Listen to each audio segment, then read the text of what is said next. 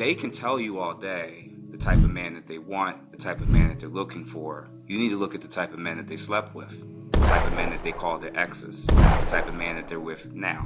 I think that our natural positions in relationship is they're the ones who tells us the wrong stuff, and we're the ones who have to take it and fix it and make it a better thing. By the time most black men have reached the age of, let's say, 25 to 30 or older, their view of love to some degree has probably been tainted. What do black women need to know about how black men love? One,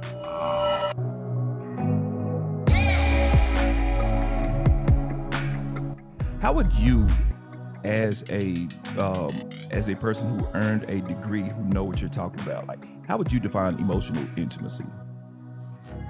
hmm, um, emotional intimacy. It's everybody obviously would have their own working definitions. Of course, you can run to like anything that you can see online. But having kind of reflected on this for a little bit, I would kind of define it as the relational environment that's been created between two people that allows for growth, depth, vulnerability, transparency, and allowing one's voice to be heard and validated.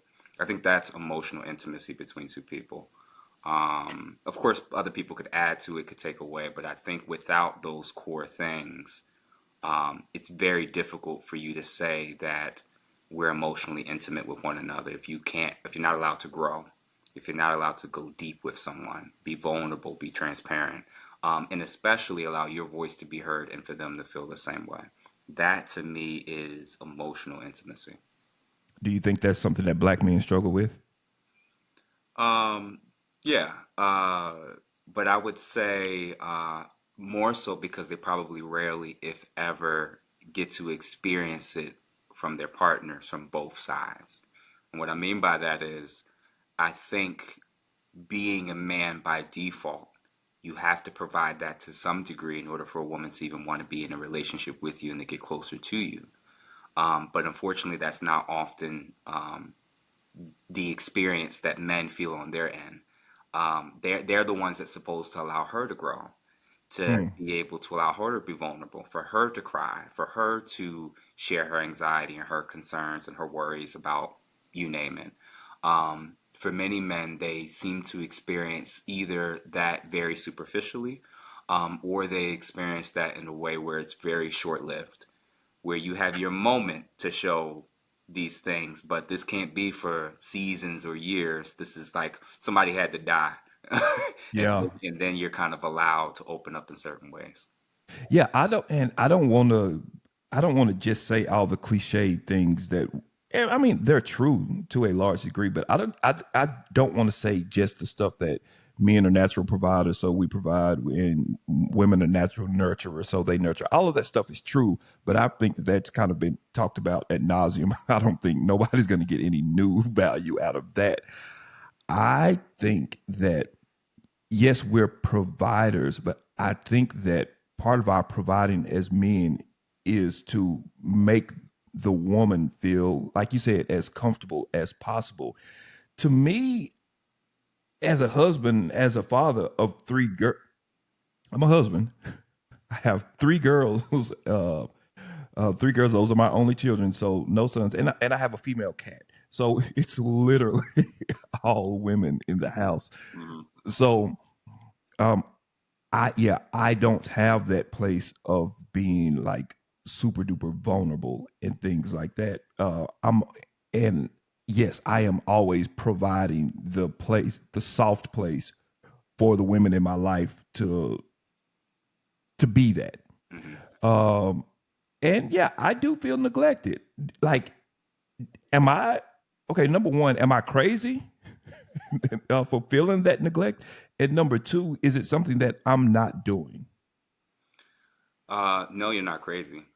I think it's very, very normalized and it's just the way our society tends to function. And I would even argue it's probably just the normal dynamics of male female relationships. Now, part of it, yeah, people want to say, it's pretty cliche. We've heard this a million times. I do think that there's evolutionary biological explanations for why women seem to view us a particular way.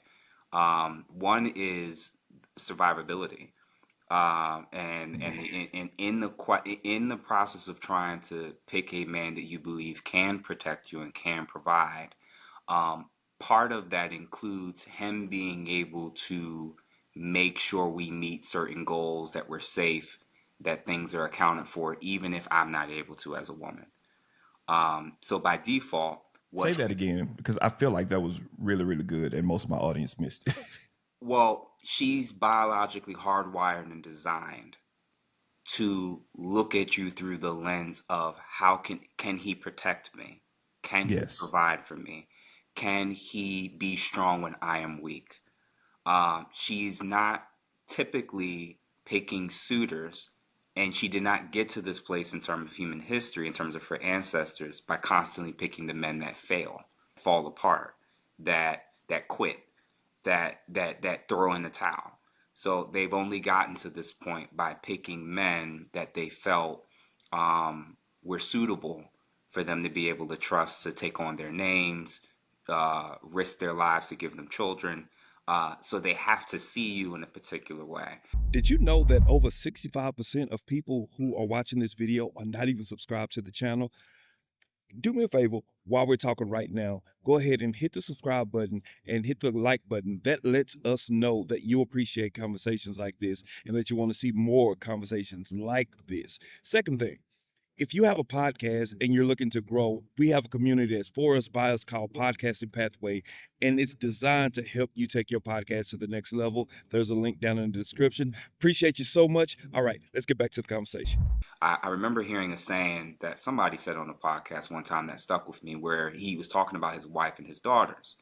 And his perspective was that they would rather see him uh, die on the battlefield than fall off his horse. Wow. And I think that a lot of women, whether they realize it or not, consciously or unconsciously, by the way in which they speak, by the way in which they change their vibe, their energy, their tone, their level of physical and emotional intimacy, if and when that man shows and continues to show weakness, um, outside of things that they deem like, oh, well, he lost his mom. Oh, well, somebody died. He got into a really bad accident. Outside of those situations, it's very, very, very rare for men to say that they've experienced it past and presently. They've been with women who are trained, educated, and emotionally able to handle a man's issues and vulnerabilities long term. They'll be quick to say, he needs to open up. You need to tell me more. You need to this, you need to that. And the moment that he does, and it reveals either a problem with her, or problem with the relationship, or a problem with emotions that she can't help him solve, she now is put in a place where she feels like she can't do anything. Mm. And that's not a very comfortable place anybody wants to be, but let alone a woman who's looking to a man to be a leader in all these different areas. I wonder sometimes too is that when that's happening and the man does open up, because I think that there is this wave culturally where men are more vulnerable and more emotional and that whole thing and explore their feelings, all of that things. I Mhm. think that when their woman is presented with that, I think that there's a natural challenge and attention in them because the evolution survival part is saying that this is a sign of weakness, Mhm. but the current culture is saying that I should embrace this. Mhm. So they're battling in real time on how to actually be there for their man and still view him as a man. Again, I don't know what your demographic split is between men and women that watch your platform, but this is why men that are old enough in our experience with women will say you don't really listen much to what women say. You go off of what they respond to. Mm. They can Unpack that. My God. well, they can tell you all day the type of man that they want, the type of man that they're looking for. You need to look at the type of men that they slept with, the type of men that they call their exes, the type of man that they're with now, and whether or not those match. if her actions match her words, you can put more stock in her words. But if, which is often the case, um, they can tell you a whole host of things that they want you to do and how often they want. But the reality is, I think what they actually mean is, I want you to be vulnerable, open, transparent, and vulnerable about anything and everything, as long as it doesn't pertain to making me feel bad about myself. Hmm. And I think that's actually what they're actually communicating without realizing it. They don't actually want to hear about all the ways in which they undermine the relationship, undermine his leadership, undermine his ability to be able to take control of the direction of the finances, of the spending, of some of the things we're doing or not doing with the child, of how some of her choices could potentially be harming the direction of the family, the unit, the marriage, etc. Most people don't want to hear that about themselves, let alone women.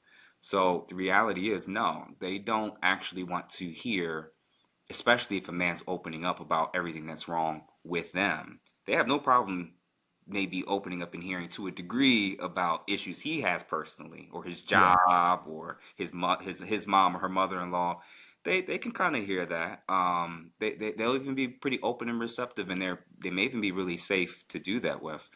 But I don't know of too many people in general, men or women, that are signing up to say, "Hey, whenever something's wrong, I want to hear about what's wrong with me."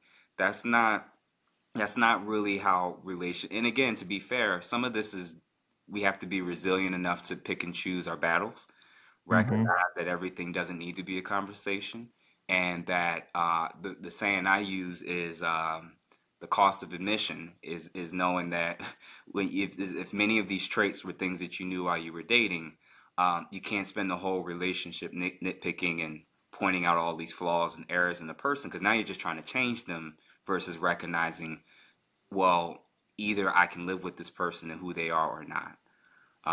So yeah, unfortunately, I don't think you're crazy. I do think we as men have to be more intentional as we get older, as we tend to lose many of our friendships over time due to time, responsibilities, business, family, etc. It gets harder. But that doesn't mean that because we can't often experience it in quite the same way with our wives or girlfriends or partners, that we shouldn't seek it elsewhere in a obvious, appropriate way. When you say elsewhere, what other avenues do you mean? Men's social clubs, fraternities, therapeutic environments, life coaches, workout partners. There's a whole men that we have common things in common with, sports, I you name it. Yeah. I got you. So you mean like other platonic, obviously, relationships with people outside of your partner. Yeah. Now, again, I have no problem with everyone, and particularly men, trying to do this with the women that they're with. The problem is that we can't have the assumption that every woman, every wife, every girlfriend is mature enough or willing to be that for them. Yeah, and you know what? I think too that, and I think about myself. Mhm. Um, I love my wife. She's wonderful, and she's a good time. I don't necessarily know if I want her being my best friend. Mm. You know what I mean? Mhm. And I know that that's a common phrase. Man, I married my best friend. Mhm. Like I'm glad that me and my wife are friends. I don't need her to be my best friend. I need a best friend to be a best friend because Mhm. I don't like like I love wrestling. You know what I mean? Like she has no common interest in that. I love sneakers. She has no common interest in that. Like the stupid stuff that I love and like to talk about and stuff like that. And I feel no obligation or responsibility to. It's very hard for me to take that feeling and just laugh and be goofy and whatever and irresponsible, all all of that stuff, and then take that into the relationship with my wife because I could never not be responsible with my wife. Yeah. Yeah. You, you know what I mean? And I think that like putting the whole and this is just me. I don't know. You the one who gets paid for this. I would love to hear what you think. Um, Putting all of my eggs in the basket, especially as I get older, and like my childhood friends, that we just kind of splinter. Putting all my eggs in the basket of her and try to make that relationship a double thing, like my wife and my all of that good stuff, and then also my best friend. I think that's unfair to her, and very frankly, I think that's unfair to me too. What do you think? Well, one, I agree, but I think this is from a sociological perspective. It wasn't really until modernity that we really, really started to isolate and focus on more individualism, just what's happening within our homes, getting away from like communal approaches to relationships and family, etc. So the end result is people tend to try to find everything that they need to find in one person. Whereas Mm, 100, 200, 400 plus years ago, there were so many other communal factors in play, um, to where it's like a couple trying to figure out life on their own. It's tough as it is. And in reality, I do kind of agree with you that my big takeaway is that it's totally okay for us to have friendship within our relationships, but it's also okay for us to establish and maintain appropriate friendships outside of our main relationship. And the reason why is when you don't do that, you're putting everything that in previous generations would have been separated between 5 to 10 plus people, you're kind of putting this all on your husband. You're putting this yeah, all on your wife. And before, a lot of the child rearing responsibilities wouldn't have just been to mom. It would have been moms, aunts, other matriarchs in the community and or neighborhood, so to speak. All of them would have had a hand in making sure that she and this child was okay. Now it's sometimes, especially if you don't have in-laws that live close to each other or live close to you, and you don't have any, it's kind of all on you. Where if you're the man and you still have to provide and you still have to work every day, but then what if she still has to work? Or what if yeah. she's not working and she's home all day with this baby and you're only coming home for the last 4 hours of the day? It's almost like we're putting so much on each other, and a lot of this is just as a result of modernity. No, you don't have to have everything in common with your partner. I don't know how she's going to feel hearing about the whole best friend part, She um, doesn't listen. She doesn't listen. It's fine.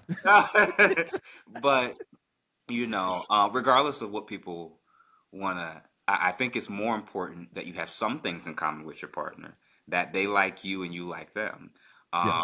and that you both will show up in the ways that you need to in order for you to be able to make the relationship work. I do not think that I need to watch X number of reality TV shows with my wife in order to feel like I'm fulfilling my role as her husband or partner. She may at times want me to watch those things, but her holding me to that standard is probably pretty unrealistic when she has girlfriends that are interested in that stuff and they can FaceTime or watch it together. On the flip side, yeah, I may be really, really into a particular sport like soccer or basketball. My wife is into football, but she's not super into those other sports. That's not going to be a make or break thing. And I don't think that we should expect our partners to fulfill any and everything that we ever could want and need in all areas of our life. I think that that's just so unrealistic. It's not matching reality. And I think that we put so much pressure on each other, to where it causes us to not know how to appropriately know when to go out to seek feedback, guidance. We don't even know what to do because we're so used to sticking in isolation. So it's like, you do know that there's degrees between I can go to my wife and I need a therapist. Like there's this whole host Yeah. in between of options, and most people feel like that's kind of it. Those are their only choices, and that's not necessarily true. I'm gonna move on. I think that we can probably park there and talk for the next 2 hours. Just about there were so many things that came up in Mm. my mind. I'm gonna be a good host to y'all, and I'm gonna move on. But my God, yeah, listen, I told y'all he was the smartest person in the world. At least I think so. Um, Jeff, what do, and I'm gonna say black women because you know that's the demographic. Let's just, yeah, it is. What do black women need to know about how black men love? One, by the time most black men have reached the age of, let's say, 25 to 30 or older, their view of love to some degree has probably been tainted. This could be due to a variety of things. His own poor decision making in past situations of relationships, impulse control, or the fact that the woman or women he's tried to give that love to left him feeling that he regrets doing that with them.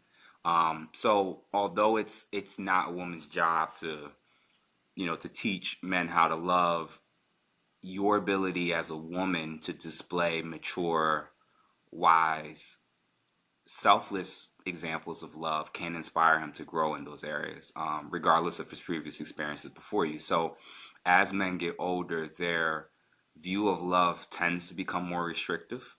Their view of love becomes much more protective and cautious with who they're going to share it with, um, and who gets to experience it. And entering, but what I would say to women who also have gone through their own various forms of experiences, negative, good, and bad experiences, entering dating and relationships completely guarded with their walls up communicates to the man that you're not really ready for love, or you're not safe to love completely. That's right. Yes. Yeah. And then number two, with that, you have the guarded women on one side, and then the other side of women is not necessarily that they're guarded, but if and when men do try to show their versions of love, a lot of men experience or report feeling as though it was weaponized against them, was thrown back in their face at some point during an argument about something that was completely unrelated to what we're talking about right now. So weaponizing his love in the moments of vulnerability against him communicates that his love, um, which in one analogy I could give is, imagine like you're carrying this knife, and everywhere you go with your wife, you got that knife in your back pocket, and you're in the purpose of the knife is to ensure that she's protected, and that you risk everything to make sure she's okay. And when we take the moments when men will be vulnerable, show love, show transparency, and you weaponize and throw that back in his face, or in front of company, or amongst your friends or your family members, um, that's like taking the knife that was meant to protect you, and instead using that to stab him in the back or in the heart. Yeah. And his When love, and again, if because the three things that I'm kind of differentiating is, you have the women that are extremely guarded, you have the women who either intentionally or unintentionally will weaponize the love that he does try to display and show towards her. And then the last category is, they just need to recognize that sometimes the way in which a man is going to show up and show love to you is not going to look like how your girlfriends do. And the more that you try to force that, the more disappointed you're going to be. If ultimately you love so much about what your girlfriends do and how they show up and the way in which they communicate and the way in which they talk to you for hours and hours about the same thing, not leading towards any actual goal, just wanting to talk because you feel better about talking about it.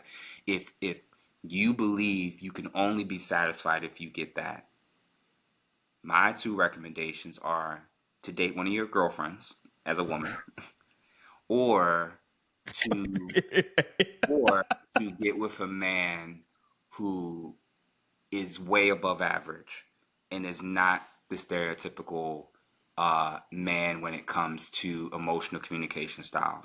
And I would argue that most women that say that's what they want with that type of man, they don't realize that that type of man knows when you're doing something, knows yeah. when you're doing manipulation. And the difference is, he'll call you out on it.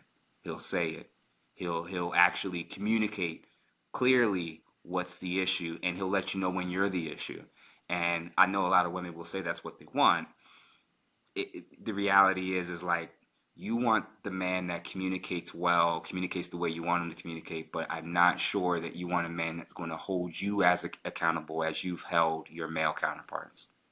I don't necessarily know that women are used to being held accountable in relationships. I don't think that historically, and I'll I actually kind of just want to stop talking because I feel your thought piercing through the screen.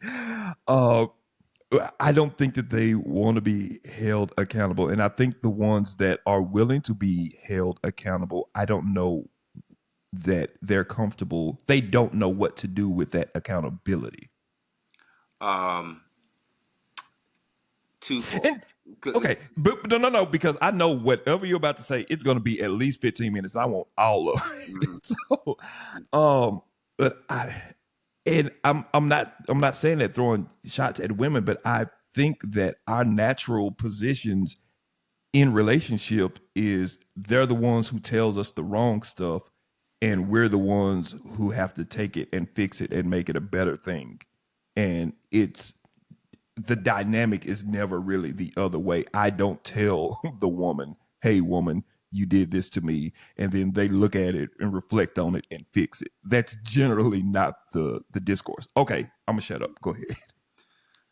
um, it's a really, really big thing right now, particularly in our community, but let alone in the YouTubian, Instagram, social media realm of podcasting about accountability, who more wants it, who welcomes it, who rejects it.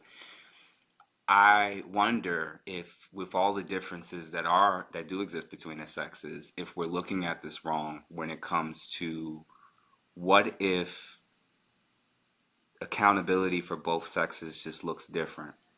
Mm, In the same way that we're trying to now bring attention to the communication style of men is typically different than women. They use more words than we do. They tend to experience neuroticism way more than males do, which means they tend to have a wider spectrum of deeper emotions than we do. So this is why you can potentially see her kind of going up and down about the most mundane things to you. And like, what, how is that even a big issue? And then the next minute she's totally fine. Like, what the heck? Like, something's going on here. Her hormones are totally different. Her genetic makeup is totally different. So when it comes to a quote unquote accountability, yeah, there is some social things that we can kind of point to that says, y'all don't want accountability, y'all want this or want that. I wonder if their view of accountability looks different than ours. And I think mm. that would be potentially what the greater issue is. So I'm going to say a potential suggestion on what we mean by accountability and what they're communicating by what they think is holding themselves accountable. When men mean being held accountable or holding someone accountable, it's identifying clearly what went wrong or who was at fault, acknowledging what needs to change, and then doing the change behavior. Yes. That would be what the layman's terms, that's what you would assume would be, in essence, what we would interpret and see as accountability. Okay, I may be getting ready to shoot myself in the foot. I don't know, but that's what it is, ain't it? That's what it kind of. For men, yeah. For men, it is. What do you think it is for women? For women, the starting point is when women hear things that are pointed out about something they're doing wrong. When men hear something that they're doing wrong, it's a reflection on some action that I did or didn't do. When women hear you point out something that they did wrong, many of them interpret it and they will communicate it as, so now I'm a bad wife. Now I'm a bad mother. So, what the first initial thing that men need to understand is when you're pointing out to a woman that she's doing something wrong, she's hearing something is wrong with me. Hmm. That's if all men responded in that way, if every time you told me something I was doing wrong, Jeff, man, you really got to get your grooming in order if you're gonna take this podcasting thing seriously. You got to wear the right blazer, man. You got to start taking care of your hygiene. But all right, these are things I need, actionable things I need to do. These are not things that I'm interpreting as like, man, he's saying I'm the worst. He's saying I'm an idiot. Like, no, you're saying these are actionable things, Jeff, that you're doing wrong that you can do right. They're imbuing it. They're hearing something totally different. So the starting point is for men is we have to acknowledge that a lot of times, especially when emotion is involved, they're often reacting and responding to not necessarily you saying they did something wrong. You're saying that. They're hearing you're saying something is wrong with them. Mm-hmm. So Mm-hmm. if that's their interpretive lens, the woman that holds herself accountable, either in a moment or later on after she's cooled off, is the woman that's able to reflect on what was said, either then in the moment or later come back and say, hey, I know you were just pointing this out. I just need you to validate and let me feel like I'm not the worst wife, worst partner ever. And yes, I will strive to work on those things you pointed out. What happens with men is we skip that first step, and women do as well in the reaction and responses. She's being triggered to something that you're saying that's making her feel like you're attacking who she is as a woman, as a person, as a human being. She's responding and reacting to that. You're reacting and responding to, I'm just saying, I'm just calling it what it is. I'm telling you what you did wrong. I'm saying what needs to change, and you're like fighting me about that. So rather than acknowledging, wait, she's not a man, and I shouldn't see her as I would see other men, I need to acknowledge that if she's being triggered by something that's very black and white to me, she's probably not reacting or responding necessarily to, you did this, I'm saying it's wrong, this needs to change, and you need to acknowledge it. She's probably reacting, responding to, you said I did something wrong, and now I feel horrible about myself. And now she's feeling like no matter how much I've cooked for him, no matter how much I've sacrificed, or I've done this or done that, now I've completely, now we're taking everything to the extreme. Now I failed. Now I've never done anything well as a partner. They're taking it in all these different directions. It's because they're, if they're more prone to neuroticism, if they're more prone to a broader range of feelings and emotions, and words mean a lot to them, then we as men have to start recognizing, it's not to say we can't quote unquote hold our women or our wives or our girlfriends accountable. It's their process for getting towards accountability is not as straightforward and direct as ours. And the more that we ignore that, the greater tension is going to be in our dynamics with women and I'm vice a versa. deep.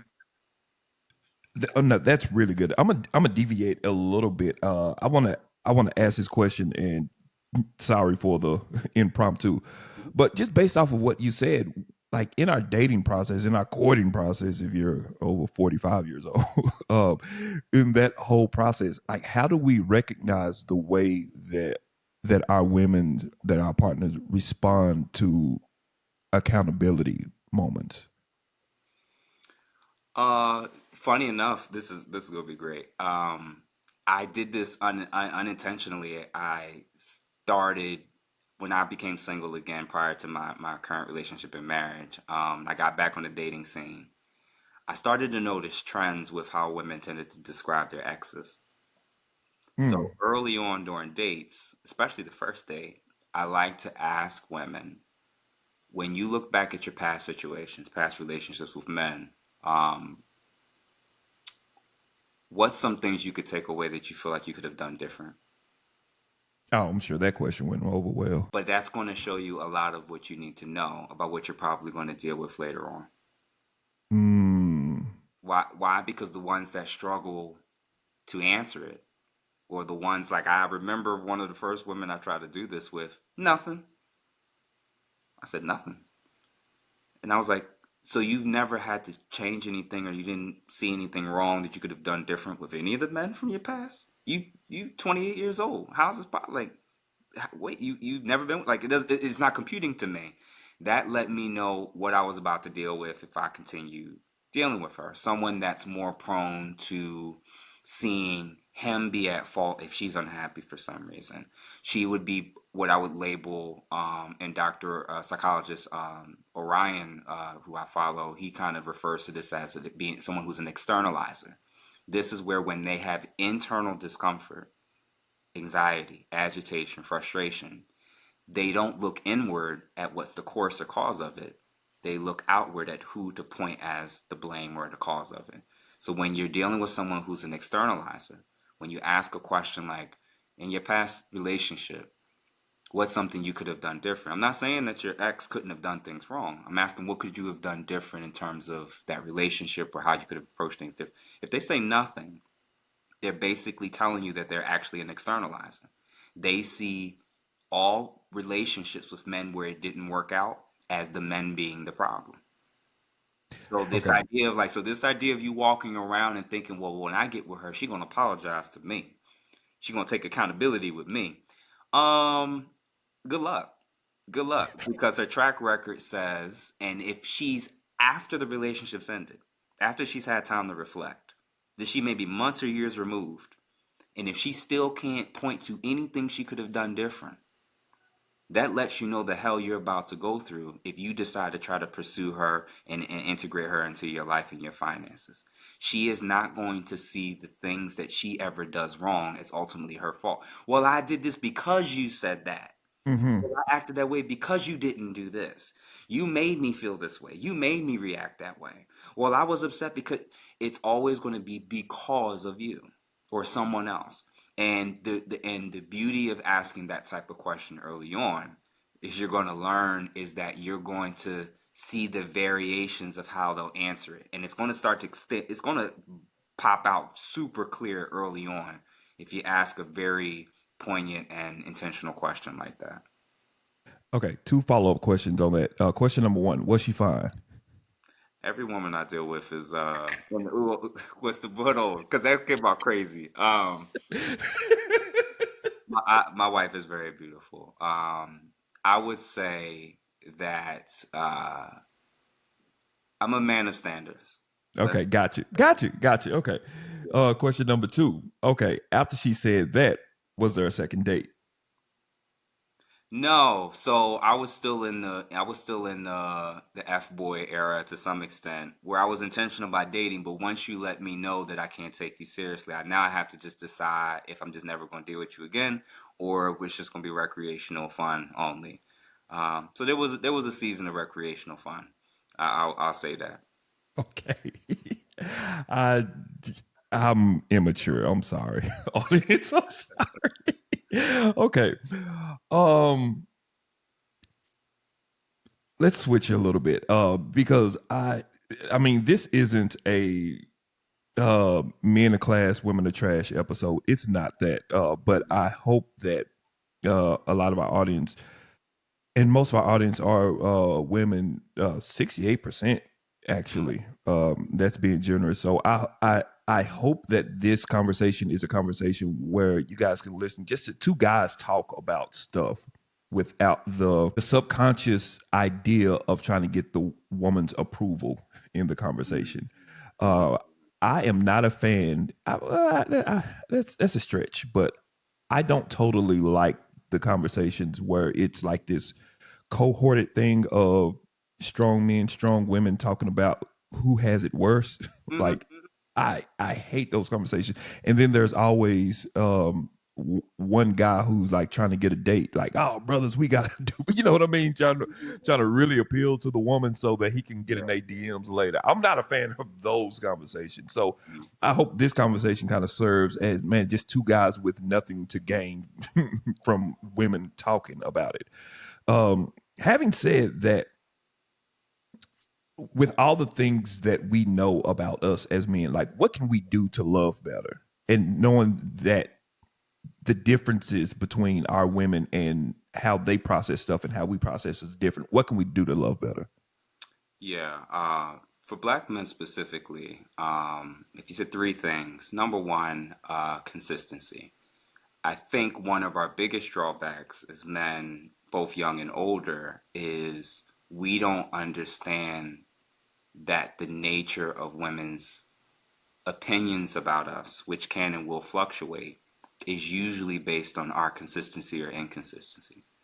So the standard that you set from the beginning, you love bombing her, you doing flowers every week, you pulling out all these stuff, you doing all this stuff, and she's interpreting, wow, this dude cares, this dude is interested, and this is how he's displaying and communicating to me. This is how I love you. I'm And then going to interrupt your thought. I'm sorry. I'm sorry. I apologize. yeah, go ahead. Is love bomb a real thing? Like from a It medical is. It is. standpoint. Yeah, it is. Well, kind of, but from twofold. One is the people who they get something out of that initial emotional reaction, then they drop off the map. And the version of what I'm kind of describing is what a lot of men try to do is give their representative from the beginning. When you start a new job, you're on probation, you on time, you ain't talking back, you got wearing the right uniform, you're doing all the right things to secure your position. And the problem with that is that with women, when you deviate from the standard you've set, that you've communicated, this is what I do to show you that I care about you, that I'm rocking with you, that I love you, that I'm open to potentially being monogamous. When you set the standard and these are all the list of things that you're doing, and then 6 months, a year, 2 years later, you don't do even 25% of those things anymore. You've effectively communicated to her that you don't love her the same or you don't love her like you used to. So consistency, setting a consistent standard that you feel you can realistically maintain on a daily, weekly, or monthly basis is much, much, much more realistic. And I would include that's not just gifts, that's not just acts of service. It's actually also how you go about talking and communicating with her. If if she's a real big person when it comes to love language and hearing at words of affirmation, for instance, that's her thing, and you know you don't need that for you like that, but you know it's important to her. A lot of men will try to overcompensate to give her all what she claims she needs. And then you're like, well, every single day I'm telling her how beautiful she is, how much I love her, how much I'm so lucky to have her. Man, by the time you get to 6 months, by the time you get to a year and a half, you're not doing that in the same way like you used to. Now, in her mind, your love has decreased.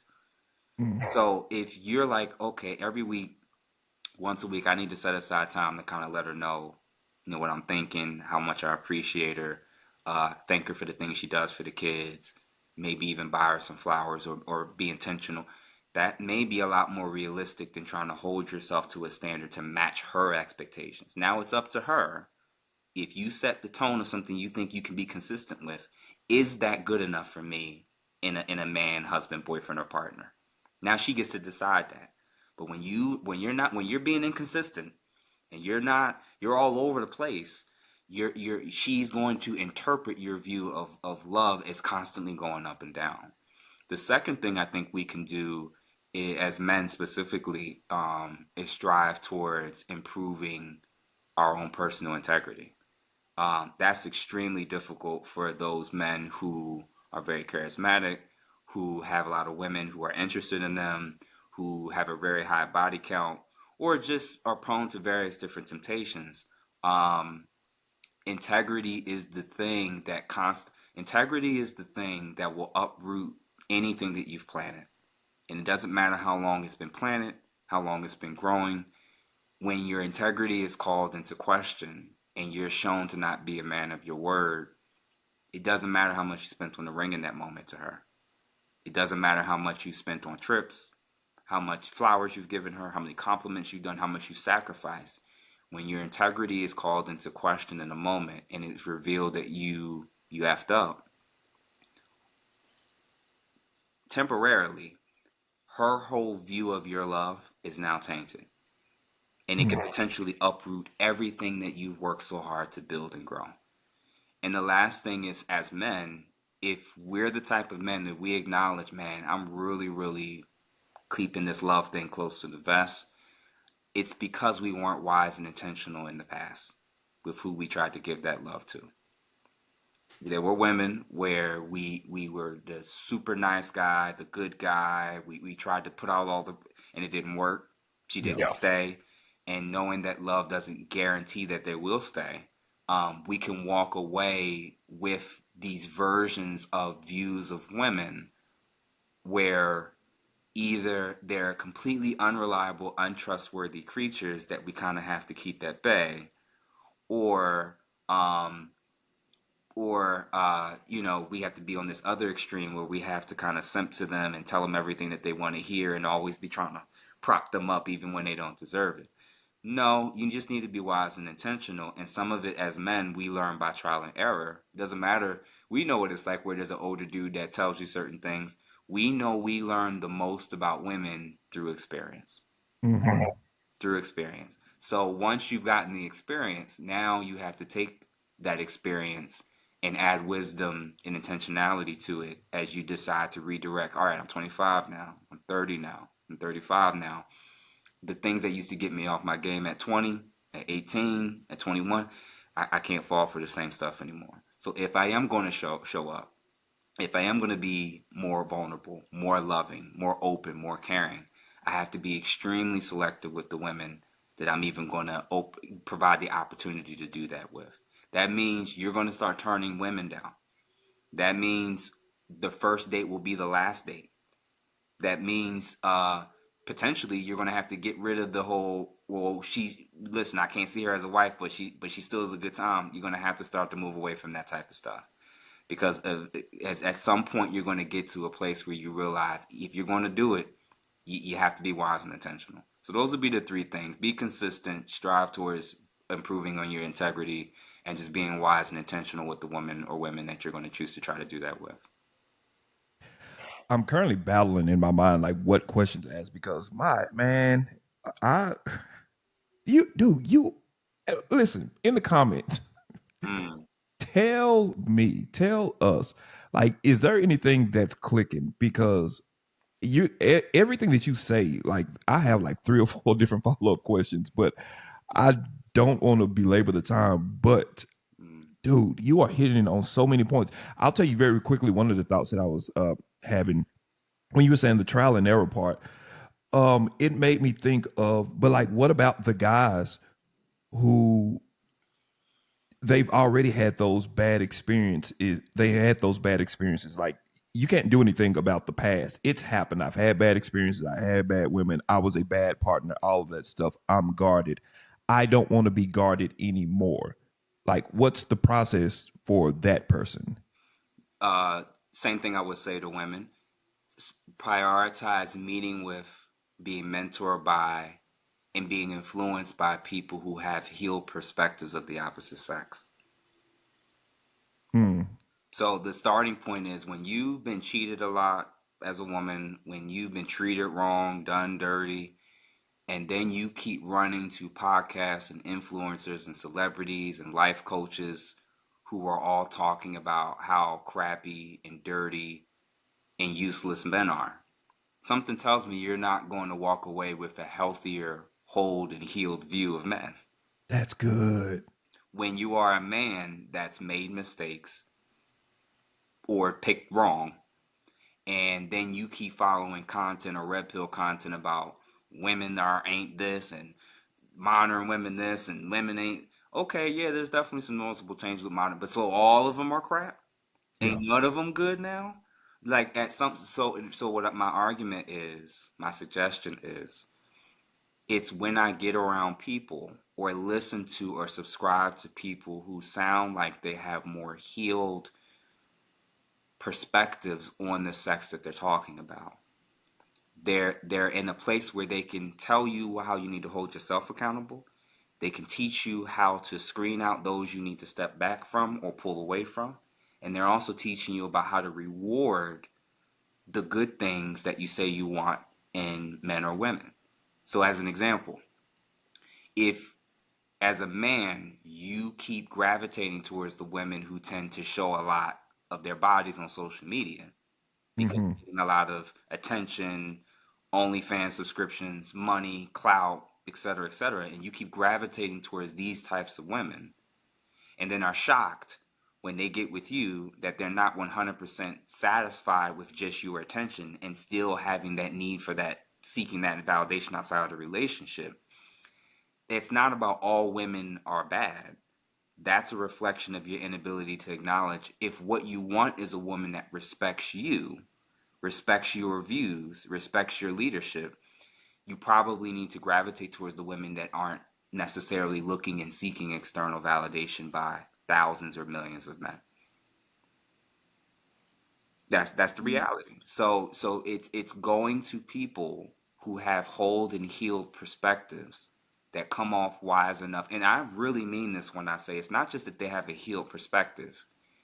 It means something to somebody that's sitting across from me or on the phone with me that's like, listen, man, I'm not perfect. These are the ways I've made mistakes. These are the ways I've fallen off the mark. And these are some of the things to look out for. I'm going to always hold those people who have lived it, failed, acknowledge it, and still, despite the failures, have a healed perspective. Those are the people that should be number one on the list. I got. I have one more question. I want to throw this in real quick and just kind of get your your short feedback on it. Just to kind of pull the podcast veil back a little bit. Um, Part of the way, like if you want to grow your podcast, if you want to get views and stuff like that, part of the way to do it is to really lean heavy into, well, relationships, but really lean heavy into confirmation bias. Mm, And that is a huge part, even if you don't necessarily believe it. Like if you want a whole bunch of women to, get on board, then have a platform that say men are trash, that whole thing. And these men do this, men do that. And then it's very easy to get the women who maybe just came out of a terrible relationship to hear somebody say that men are trash. Like, yeah, that's what happened. That's what happened with me. And the bill. So I said all that to say, and same thing with men. Same thing with men. Oh man, these girls ain't Shannon Sharp. They got him. hmm That whole thing. That's a lot of what's happening in the whole podcast world. And when you said that you're going to these podcasts and getting this information from stuff like that, there are a lot of these shows that don't even necessarily believe what they're saying, hmm but they're just saying it because they know that confirmation bias is a really strong thing. I made it a point on my show in this platform to try to have as much balanced conversations as we possibly can. Yeah. With conversations like this and this perspective and stuff like that. And hopefully these conversations start to rise in the community a little bit more than the everything else. Because I don't think that those conversations are helping our folks, Not at all. Not especially relationships. Um, so yeah. Let me ask you in these last couple of moments. Here's one thing. I sound like Peter Griffin. This is something that really grinds my gears. Um, the current responsibility that's kind of put on the social world on the man of, like, we're the provider, the woman doesn't have to work and we should take care of everything, and that whole thing. um i do I do believe the premise of that. I think that that's a little bit unrealistic in this day for the average couple. Um, like, man, so there's this thing which is absolutely crazy to me. I would be single if I had to do this all the time, where if you're going out on a date, you gotta pay for the woman's hair, nails, outfit, Uber Black, the meals, this whole thing. So it's like, man, every date costs like $1,200. You know what I mean? mm, Um, and like that's the expectation, and the average income of a man today in America like is under $60,000, and I think that that's being generous. hmm What's what are your thoughts on the expectation of the modern man to do all of this stuff versus what a real person can do? This is the whole, as a community, we're probably the community that's most swayed by social trends, by what's trending and viral on social media. The overwhelming reality is that I really don't give a damn about what social media says about what I need to spend when they're not paying me. Mm, I'm not super duper interested in what social media has to say when they're not committed to me, when they don't pay my bills, they're not helping raise my kids, they're not. Like we put so much stock in what, and this the thing about what tends to go, you mentioned it, what tends to go viral on social media is the things that are not seen as normal. It's always the thing that's abnormal, good or bad. The thing that's strange or not something you'll see every day. That's the thing that goes viral. The reality is that overwhelmingly most relationships in all ethnic groups in Western countries where it's the most costly to live, both people are working to some degree. That's just the reality of it. Going back in time and pointing to this random Victorian era period and saying that's what we need to project onto modern society with women who ran off to college to get degrees, potentially accumulated student loan debt, potentially bought a home before they even found a male partner counterpart, and now have all these bills, expenses, and other expectations. Listen, man, this is me. What I'm about to say. I'm in the tax bracket where I'm probably make more than 90% of people on the planet. That has no, if you're in America and you make six figures, you're probably in the top 10% in the world pretty easily, just by default. Do you really think I'm going to care about what somebody who got this agenda of how they think I should spend my money off of social media? Because nobody was talking like this 10 years ago. Yeah. Nobody was talking like this. So they got in terms of the group think, in terms of the indoctrination, the propaganda, I would challenge these men to say when you hear, sense, see them liking anything that sounds anything like that, run. Run. Because you have to make a decision and it's going to be your fault if you decide to pick. This is the decision as a man to me. You have to make the decision of, is she going to be someone that's an asset or a liability? Is she going to be someone that's going to help me grow what I got going on, or is she going to be seen as somebody that's an extractor and constantly taking away? If I turn over my savings or my money or my check over to her, am I going to have more or less with her being in my life? That's how you need to start seeing this stuff from the beginning. And this is my argument. The woman that helps you build, the women that are encouraging, the women that want to support, those are the women you want to spoil. Do that. Do that. The women who ask for less, those are the ones you give more to.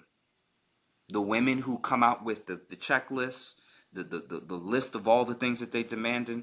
If you talking about child care in the first date when I haven't even seen or know who your kid is, finito, fired. You're done. It's over. It's over. If you're talking about um, hair, nails, and all, there's other men that got it. But my view is always this: the men who lead by their money, that's how she'll see you and view you through your identity. If a woman, if the first thing she's displaying is her body, that's how men are going to see her and objectify her. If you're going to lead with your money, that's how they're going to view and see you as a man. So for me, the money should be a bonus to dealing with somebody like me. I should have four other qualities and factors that she finds attractive enough to where me doing something nice for her is just the cherry on top in terms of my resources. So yeah, I can spoil my wife, and we did a helicopter proposal and did all. Man, I ain't flying no helicopter before. I don't know if I'm ever gonna fly on one again. But I did that because despite her doctorate background, despite the money that she makes, we don't.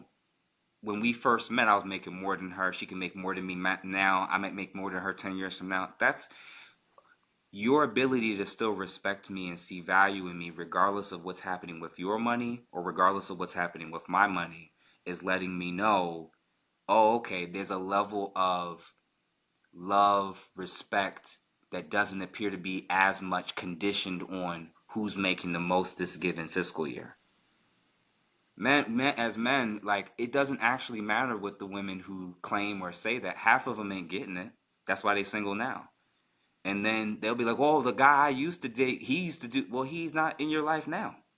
So like getting gaslit to spend money off women that have gotten money from a bunch of other men, you the one, you just look stupid. I'm not saying that they're unrealistic to believe and claim that that's what they want. I'm saying as a man, you're just not obligated to reward that type of expectation or behavior. And it would be better for you short and long term when you hear that, when you sense that, when you see that they're sharing that in their stories and their posts and their comments, keep it up here and move along. That's all. That's the Shannon Sharp thing. Like, you know what type of time she on. Me and Yeah. a lot of us men, if you got a high body count, you've dealt with women like this. You know what the transactions were. You know what type of time it was. But when it was time to lock in and get focused and be like, man, I got to lock in with somebody for real. If that's the only pool you looking at, what you complaining for? That's all you looking at. Jeff, you're coming back. I'm just gonna say that.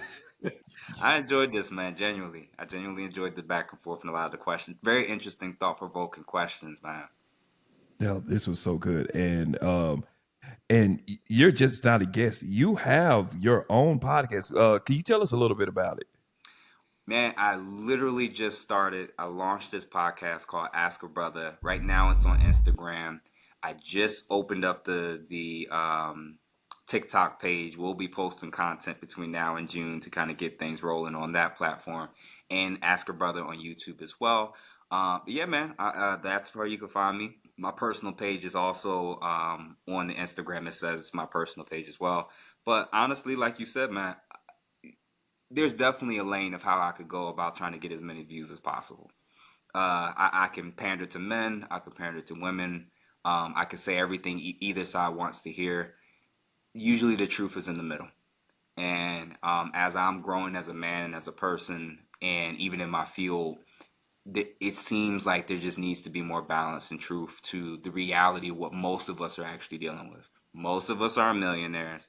Most of us are virgins. Most of us has messed up in previous relationships. Most of us got drama to deal with and figure out. That's the reality of life. And I think the sooner that we acknowledge our own faults and the things we need to grow on and pick better, choose better, and love better, I think overall as a community we can reverse the trends and direction that we're going. And Jeff, I'm going to put you on the spot before we go. Is that if those of us who are watching, if you got a comment or if you got a thought or if you got a thing that you want to like, hey, if that part, hold on, if you got that, drop it in the comments. I'm gonna put him on the spot right now. The first couple of ones that you put in the comments, he'll come back and he'll answer them and he'll have that conversation with you in the comments. So Absolutely. Yeah, my goal is actually to genuinely engage with people who are respectful. And I will be doing a panel discussion with three ladies this month. And they're literally going to have five questions each. And they want questions they want to ask men, question they want to ask a black man, or questions they want to ask a mental health professional. I'm gonna just give it to them. They can ask any question, and I'm gonna answer it truthfully and honestly. And my hope is that the questions that maybe their fathers, uncles, and men in their life didn't answer or didn't put them on game on. I'm not Kevin Samuels or Uncle Shay Shay, but I got a little lane that I think I can help in. yeah, yeah, and I think that we'll all be the better for it. I want to say this publicly: we're already connected, but if there's any way that I could help and be a resource for you on your journey, please, please utilize me for that. I think that you're a voice that's needed in the culture and community, and I'd love to be a part of that journey with you.